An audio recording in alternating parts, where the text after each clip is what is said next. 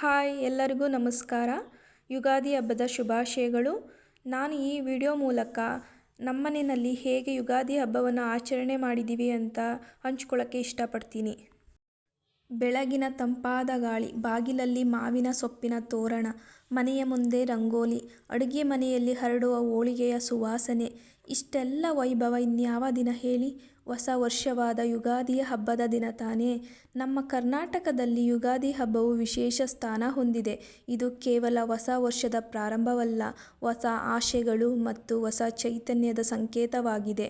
ಪ್ರಕೃತಿಯಲ್ಲಿಯೂ ಈ ಸಮಯದಲ್ಲಿ ಹೊಸ ಚಿಗುರು, ಹೊಸ ಹೂಗಳು, ಆಹಾ ಅದೆಷ್ಟು ಸುಂದರವಾಗಿ ಕಾಣಿಸಿಕೊಳ್ಳುತ್ತವೆ. ಅದೇ ರೀತಿ ಮಾನವರ ಜೀವನದಲ್ಲಿಯೂ ಹೊಸ ಆರಂಭಕ್ಕೆ ಯುಗಾದಿ ಪ್ರೇರಣೆ ನೀಡುತ್ತದೆ. ಆದ್ದರಿಂದ ಈ ಹಬ್ಬವನ್ನು ಎಲ್ಲರೂ ಸಂತೋಷದಿಂದ ಸ್ವಾಗತಿಸುತ್ತಾರೆ.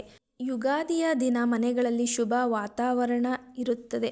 ಬೆಳಗ್ಗೆ ಬೇಗ ಎದ್ದು ಎಣ್ಣೆ ಸ್ನಾನ ಮಾಡಿ ಮನೆಯಲ್ಲಿ ತೋರಣ ಹಾಕಿ ದೇವರ ಪೂಜೆ ಮಾಡುವುದು ನಮ್ಮ ಹಿಂದೂ ಸಂಪ್ರದಾಯವಾಗಿದೆ. ವಿಶೇಷವಾಗಿ ಬೇವು ಬೆಲ್ಲವನ್ನು ಸೇವಿಸುವುದು ಈ ಹಬ್ಬದ ಮುಖ್ಯ ಅಂಶವಾಗಿದೆ.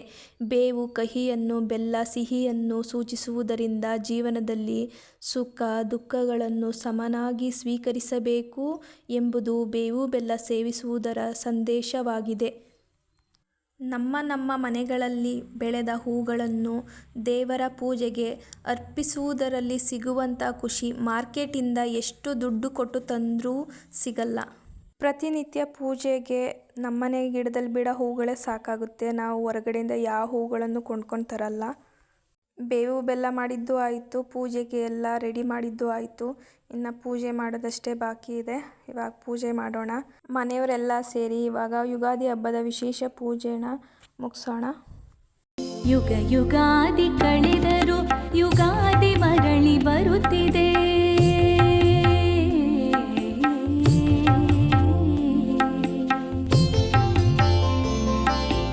ಯುಗ ಯುಗಾದಿ ಕಳೆದರು ಯುಗಾದಿ ಮರಳಿ ಬರುತ್ತಿದೆ. ಹೊಸ ವರುಷಕ್ಕೆ ಹೊಸ ಹರುಷವ ಹೊಸತು ಹೊಸತು ತರುತ್ತಿದೆ. ಹೊಸತು ಹೊಸತು ತರುತ್ತಿದೆ. ಹೊಸತು ಹೊಸತು ತರುತ್ತಿದೆ. ಯುಗ ಯುಗಾದಿ ಕಳೆದರು ಯುಗಾದಿ ಮರಳಿ ಬರುತ್ತಿದೆ.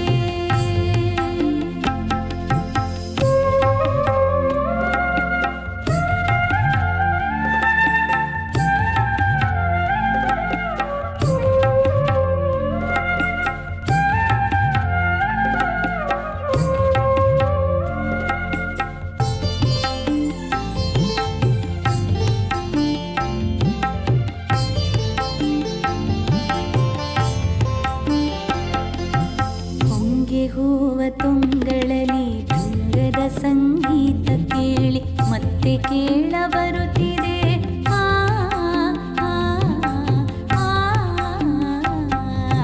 ಹೊಂಗೆ ಹೂವ ತುಂಗಳಲ್ಲಿ ತುಂಗದ ಸಂಗೀತ ಕೇಳಿ ಮತ್ತೆ ಕೇಳ ಬರುತ್ತಿದೆ.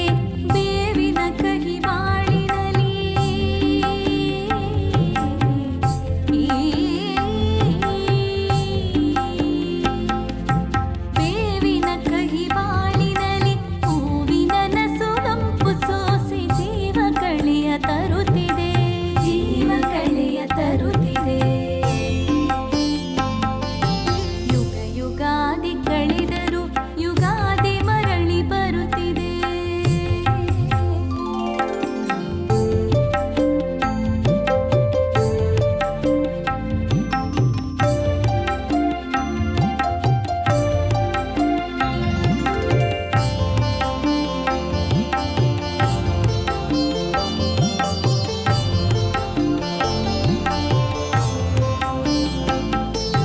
ಹರುಷಕ್ಕೊಂದು ಹೊಸತು ಜನ್ಮ, ಹರುಷಕ್ಕೊಂದು ಹೊಸತು ನೆಲೆಯು ಅಖಿಲ ಜೀವಜಾತಕ್ಕೆ.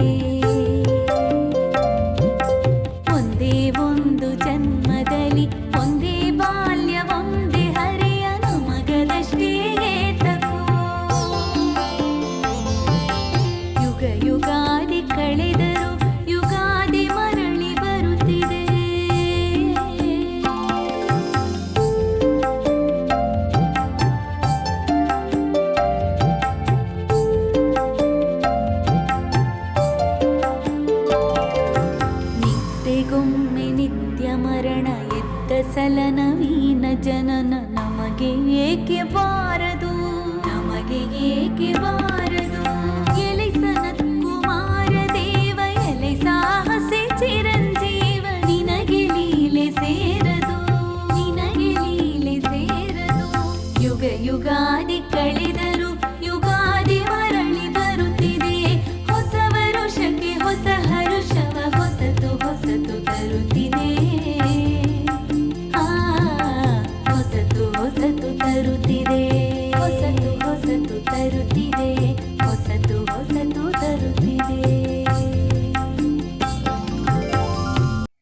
ಮತ್ತೊಮ್ಮೆ ಹೊಸ ವರುಷ ಹಾಗೂ ಯುಗಾದಿ ಹಬ್ಬದ ಶುಭಾಶಯಗಳು.